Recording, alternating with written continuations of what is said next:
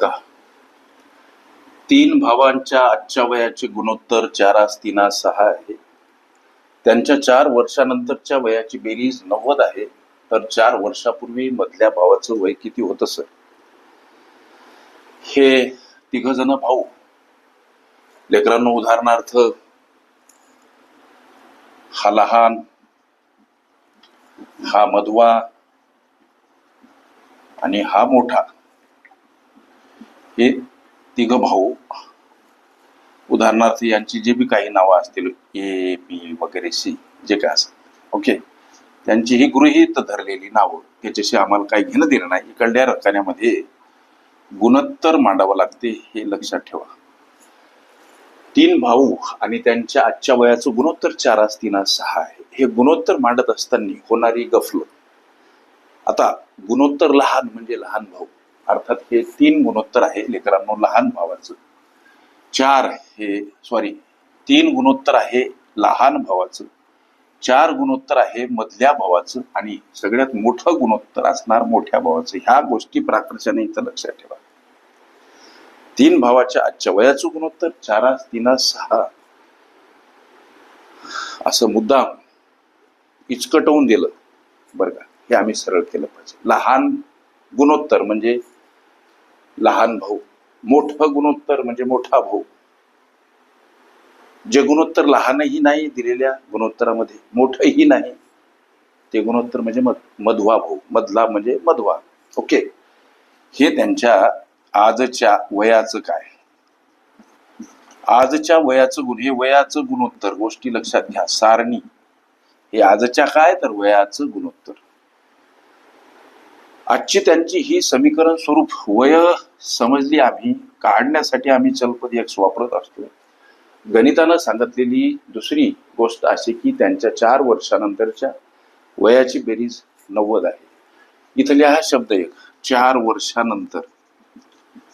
आता हे 4 वर्षानंतर शब्द काय, तर वयांचे गुणोत्तर.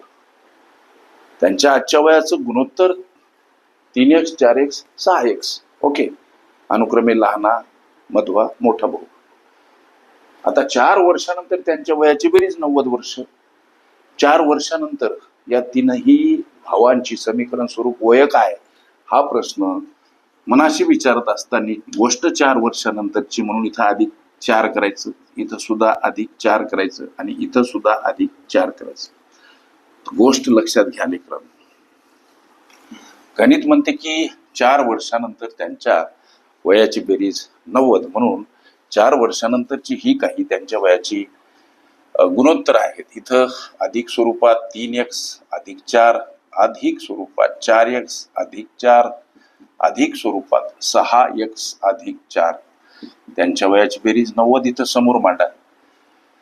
लेकरांनो, कंसातून काढा. 3x अधिक 4 अधिक 4x अधिक 4 अधिक 6x अधिक 4 बराबर 90. इथं बघा 3x 4x 7x आणि 6x 13x. गोष्टी लक्षात घ्या. 13x अधिक हे 4 4 4 4 4 3 12 ही बेरीज, हे 90. आता या 13x ला एकटं करा. 90 कडे जाताना 12 का वजा मांडायचे? संबंधित वर्णन असं की संख्या परस्पर विरुद्ध बाजूनं जाताना एखाद्या पदासोबत अधिक असेल, वजा वजा असेल, अधिक गुणिला असेल, भागीला भागीला असेल, गुणिला अंशस्थानी असेल, छेदस्थानी छेदस्थानी असेल, अंशस्थानी मांडावी लागते. काही गणितीय गुणधर्म प्रत्येक गणिताला असलेले आम्ही पाठ केले पाहिजे. ही वजाबाकी किती सर? 78.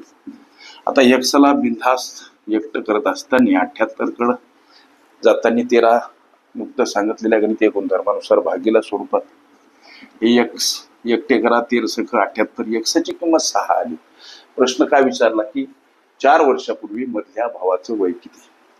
आता मधल्या भावाचं आजचं वय, मधल्या भावाचं आजचं वय किती हो? गोष्टी लक्षात घ्या. मधल्या भावाच्या आजच्या वयाचं गुणोत्तर काय आहे? 4x आहे. मग आता हा जो प्रश्न केला, मधल्या भावाचं आजचं वय काय, तर 4x. याच्यामध्ये लेकरांनो x गुणिला आहे 4 सोबत, x चा व्हॅल्यू 6 आहे. मग आता हा गुणाकार 6 + 24 वर्ष हे मधल्या भावाचं आजचं वय.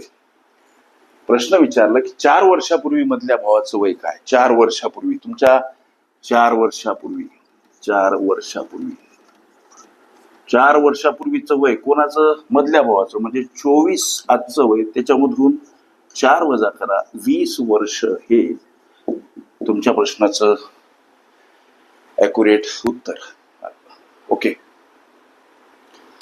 वयवारी ही माझी प्लेलिस्ट अवश्य बघा. त्यामध्ये विविध स्पर्धकांनी विविध अंगांनी विचारल्या संभाव्य अशा असंख्य प्रश्नांचा सराव तुम्हाला करते.